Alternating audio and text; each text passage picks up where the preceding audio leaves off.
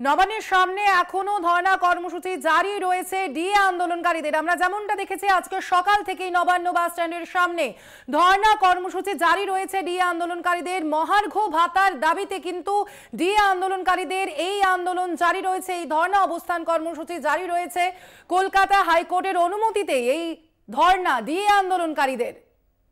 নবান্নের সামনে ধর্ণায় বসতে বারে বারে বাধার সম্মুখীন হয়েছে ডিএ আন্দোলনকারীরা, পুলিশের বাধার সম্মুখীন হয়েছে ডিএ আন্দোলনকারীরা। তবে তারপরেও নিজেদের ধর্ণায় অনড় ডিএ আন্দোলনকারীরা।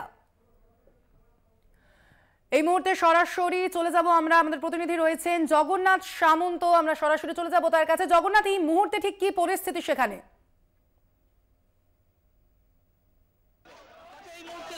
পরিস্থিতি তৈরি হয়ে গেছিল, যেহেতু বক্স যৌথ মঞ্চের যারা আন্দোলনকারী তারা একটি মাইক এবং দুটি বক্স নিয়ে আসে এসেছিল, সেখানে তারা আন্দোলনকারীরা এখান থেকে তারা প্রচার করবে, কিন্তু দেখা গেল পুলিশ সঙ্গে সঙ্গে এসে বাধা দিল। বাধা দেওয়ার পর এই মুহূর্তে বক্স লাগানো আছে, কিন্তু তারা হাইকোর্টের যে রায় 90 ডেসিবেলের নিচে তারা সাউন্ড বাজাতে পারবে কি সেইটা আমি একেবারে আন্দোলনকারী সামনেই রয়েছে। আপনাদের পুলিশ বাধা দিল, আবার বাদবিকরণে বাঁধলো, কি পুলিশ অলিখিত নির্দেশে বারবার আমাদের পথে বাধা সৃষ্টি করছে।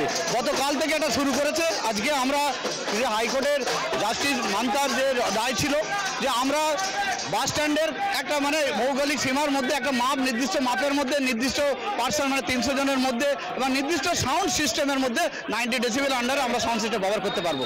সেই নিরিখে আমরা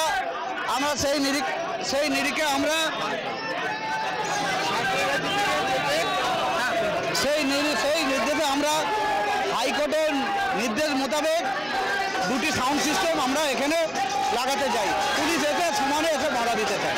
পুলিশ দলদাসের মতো ওদের অলিখিত হোয়াটসঅ্যাপ নির্দেশ। আনন্দের একটা খবর পেলাম যে ডিভিশন বেঞ্চ একটা রায় দিয়েছে যে আপনারা কালকে 4টে অবধি এই আন্দোলন করতে পারবেন। এটা নিয়ে কি বলবেন? হ্যাঁ, এটা তো আমাদের নৈতিক জয়। ওরা ভেবেছিল যে আইনের পুলিশ যে বলছিল কাল থেকে ভোট থেকে আমাদের বাধা দিচ্ছে যে এখানে আপনারা আইন করতে পারবেন না, আপনারা ডিভিশন বেঞ্চে গেছি। আমরা এই কথাই বলেছি যে ডিভিশন বেঞ্চে তো রায় তো আপনাদের বিপক্ষে যেতে পারে, তা আমাদের কাছে বাধা দিচ্ছেন কেন? এখন যে স্ট্যান্ডিং অর্ডার একটি গুরুত্বপূর্ণ রায় এসছে ডিভিশন বেঞ্চ থেকে যে আগামীকাল বিকেল 4টে অবধি নবান্ন বাস স্ট্যান্ডে এই যৌথ মঞ্চের আন্দোলনকারীরা তারা আন্দোলন করতে পারবে এবং ডিভিশন বেঞ্চ সেই রায় দিয়েছে।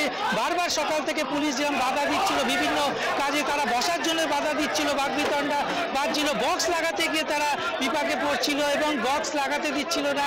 সেই আইনে তারা কাগজপত্র নথিপত্র দেখায় যে 90 ডেসিবেলের নিচে তারা এই বক্স বাজাতে পারবে।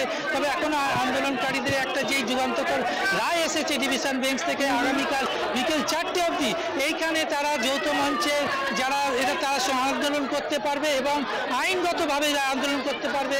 নবান্নের এখান থেকে সরাতে পারবে না, যেহেতু কোর্টের আগেই রায় ছিল। তারপরে আবার ডিভিশন বেঞ্চের রায় এলো আগামীকাল বিকেল 4টে। ব্রেকিং নিউজ বলা যেতে পারে, এই মুহূর্তে এই রায়টা বেরোলো যে ডিভিশন বেঞ্চ রায় দিয়েছে বিকেল 4টে অবধি। তারা গতকাল বিকেল 4টে অবধি এখানে তারা ধর্ণা মঞ্চে তারা আন্দোলন করতে পারবে। তাদের প্রতিবাদ তারা গানের মাধ্যমে তুলে ধরছে, তারা ছড়ার মাধ্যমে তুলে ধরছে। তারা বক্স এনেছে, বক্স আনার সঙ্গে সঙ্গে পুলিশ বাধা দিয়েছে, বাধার মুখে পড়ে তাদের সঙ্গে বাদবিতণ্ডা বাদে এই মুহূর্তে আবার আন্দোলনকারীদের ঝাঁজ বাড়িয়ে তুলেছে, যেহেতু বারবার পুলিশের বাধার মুখে পড়ছে এবং বাধার মুখে পড়ার পর হাইকোর্টের যখন নির্দেশ দেখানো হচ্ছে, কথাবার্তা বলা হচ্ছে, তারপরে আবার আন্দোলনকারীদের আন্দোলন করতে দিয়ে আছে। তা বলা যেতে পারে যত বেলা গড়াচ্ছে আন্দোলনকারীদের ঝাঁজ আরও তীব্রতর হয়ে যাচ্ছে এবং যেহেতু পুলিশ বারবার বাধা দিচ্ছে।